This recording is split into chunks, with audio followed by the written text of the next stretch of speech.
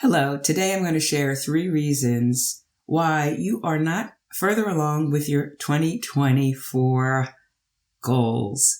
Thank you so much for joining me today. If you're new here, welcome. My name is Patricia Brooks, and I am an American living in the south of France, and I help people who are ready to start the next chapters of their lives living and thriving in a foreign country, but who aren't really sure where to start or have some fears or doubts around actually making that move abroad. And on this channel, I talk about my life in France, about moving abroad, and how to dig down deep and find that confidence and courage that you know you have deep within you so that you can start living the kind of life you know you always were meant to live. And today I'm going to talk about goals and 3 reasons why you might not be further along with your 2024 goals than you are currently, even though we are at the end of 2024. Now, the first reason that people might be struggling with reaching their goals or not making the kind of progress they want toward their goals is because they are dancing around their dreams. They may have this idea deep inside them of what they want to experience, but because they have not seen somebody else doing that exact thing, they might not believe that it is something that actually exists. And so they might go for something that is a close cousin to that. So on a recent call, I spoke to somebody who has already gotten a visa to move to another country. And they got on a call with me and they were asking me questions about France. And I was curious to find out as to why they had a visa for a different country and were getting ready in the next month or so to go live there, why they were asking me about France. And this person told me, well, if this country doesn't work out for me, I want to know what my plan B is. And during the course of this conversation, the topic of travel, I love to travel, I love being in different places and different cultures, came up probably 7 times in this 20-minute conversation. And I had to stop and say, I'm hearing you say that you like to travel.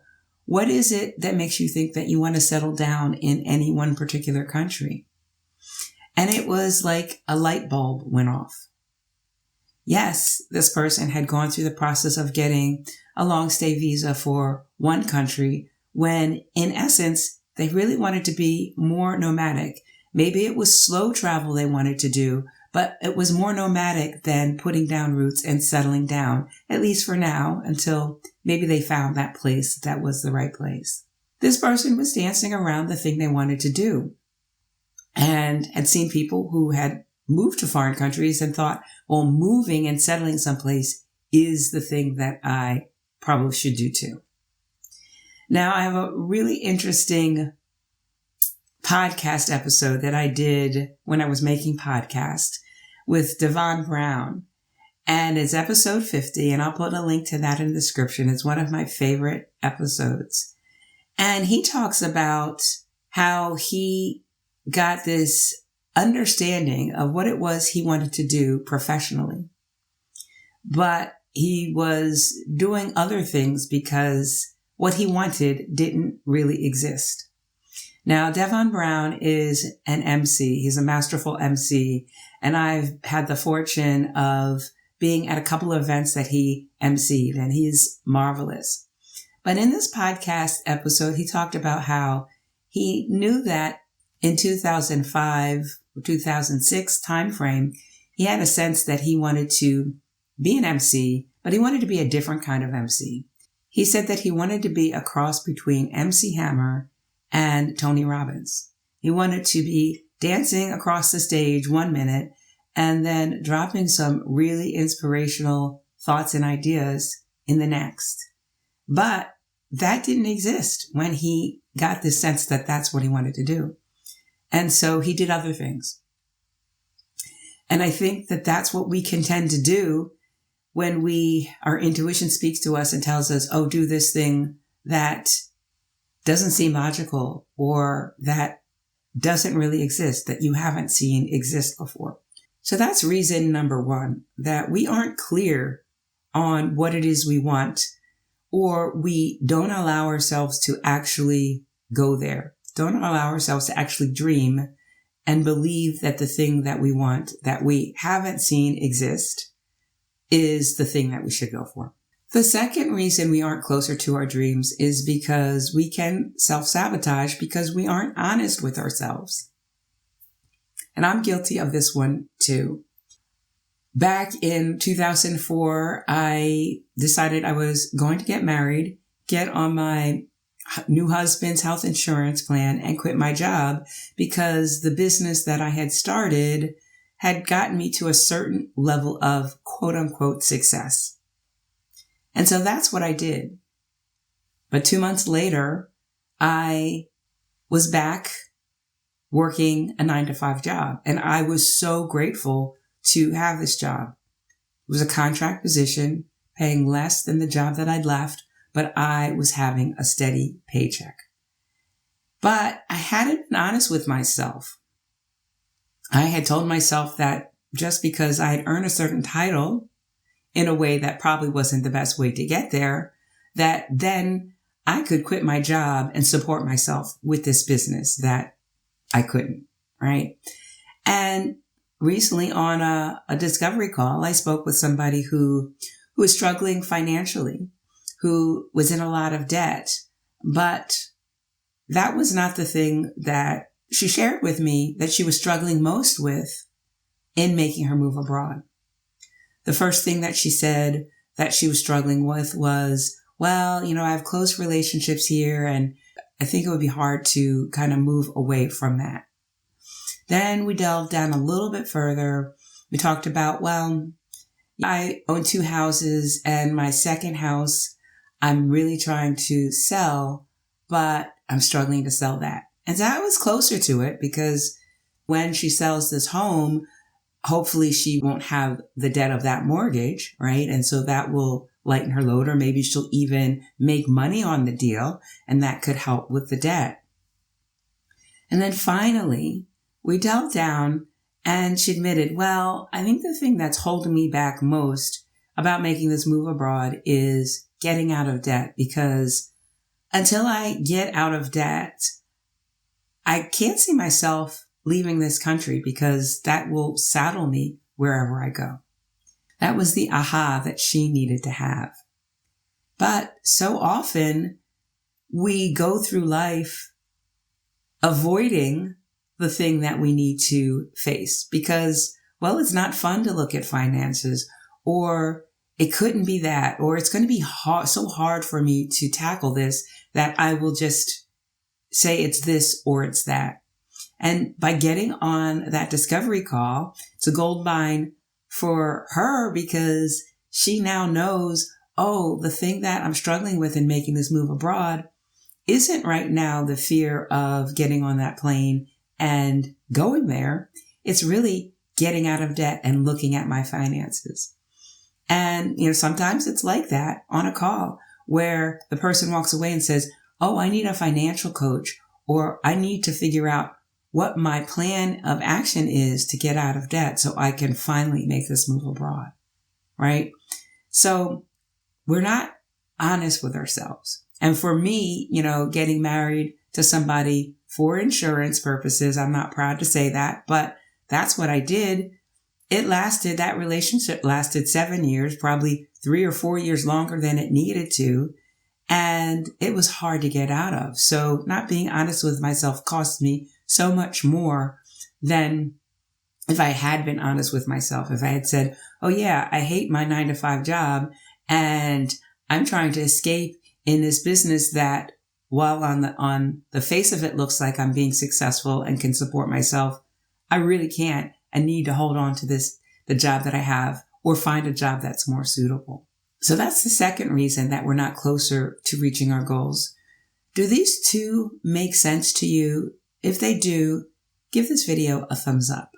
Now, the third reason that you might not be closer to reaching your goals than you are today is something that you might not want to hear. There is an ease movement that says that you should embrace ease. And I am not against that. I believe that life is not meant to be a struggle. And when I say struggle, I mean effort laced with negative emotions. But you're going to have to put forth some effort.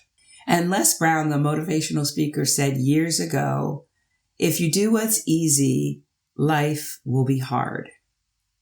And by that, I believe he meant that if you do the easy thing, if you avoid putting forth the effort that is necessary to get you to where you want to be, you are going to, in the end, have a harder go of it. So years ago, after I quit my job and then went back to a 9-to-5 job because I couldn't cut it as an entrepreneur, and was so grateful to have that job, I decided that in order to have some more freedom, that I needed to get out of debt, that the debt were just like shackles for me. And so I started throwing money at debt, and I got out of debt. But not only did I do that, I also really worked on building an emergency fund. Savings that will help me in the event that my hot water heater went out or that my car broke down. And I had little emergencies along the way, and I tapped into my emergency fund, but I kept throwing money at my emergency fund once I was out of debt. And over the course of many years, I built up a nice, hefty emergency fund. Now, was it easy for me to forego buying the clothes that I wanted or getting my nails done? No, it wasn't always easy, or going out to eat when I always wanted to. No. But in the end, I did the hard thing. And then years later, when I was ready to quit my job and move to France, I had enough money and savings to do it in a way that would allow me not to have to, in 2 months, go find a job that I didn't want in the end. Had I not done the hard thing and gotten out of debt, had I not done the hard thing and saved money instead of spending every penny I earned, I would not have been in the position to take a 2-year career break, figure out what my next professional move would be, and then pursue my passion. And so if you do what's easy, life will be hard. That is an example of what I believe Les Brown meant by that. Now, we are wired to do the thing that feels easiest. And so we can do things that we might consider lazy. I know that I would much rather be entertained by a movie or a YouTube video than sit down and read a challenging book in French.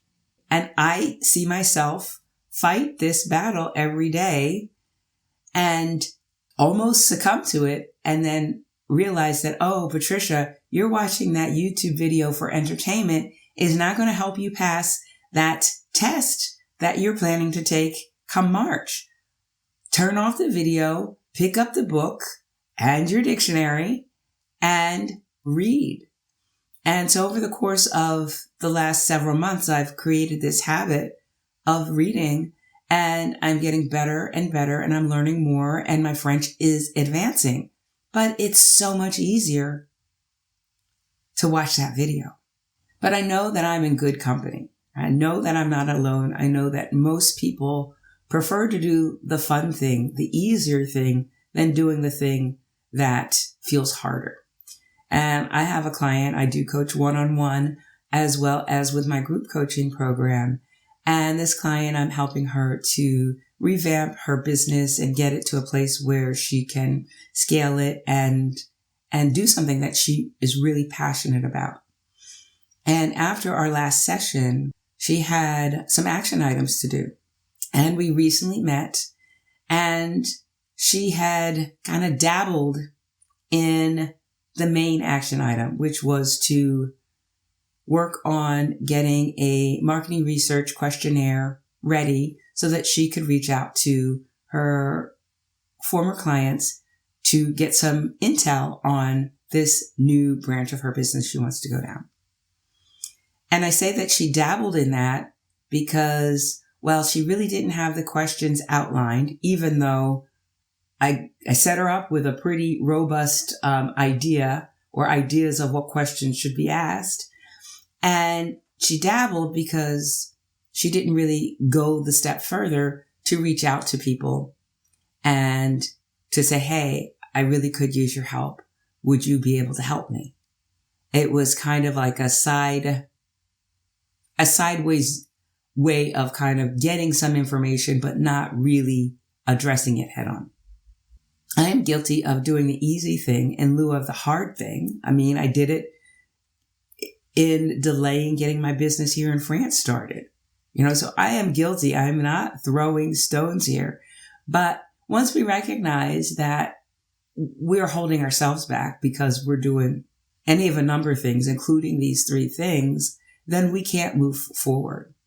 So can you relate with not being clear on what it is you truly want? Because, well, maybe that thing doesn't exist and you're afraid to kind of go down a path that has not yet been traveled.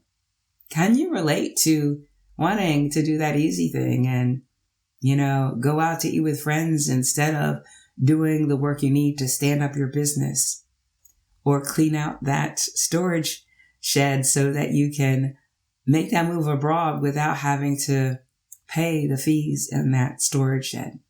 Let me know if any of these resonate with you or if there are other things that have held you back in getting closer to your dreams. Now, if one of your goals is to make a move abroad and you struggle with the clarity of what it is that you are struggling with, or if you're feeling like you know exactly what you're struggling with, but fear keeps you from facing what you need to face, then I would love to have a conversation with you so that we can kind of talk through that and understand truly the things that are holding you back and why it is that making this move abroad to the country that you plan to move to is so vital to your happiness going forward. And then we can decide together how our working together could help you get to where you want to go sooner. And yes, with more ease. I'm going to put a link to my calendar in the description so you can find a time that works for you. And I so look forward to that conversation. Thank you so much for watching. Thank you so much for subscribing. Thank you so much for sharing this video. And I will see you again next time. Bye for now.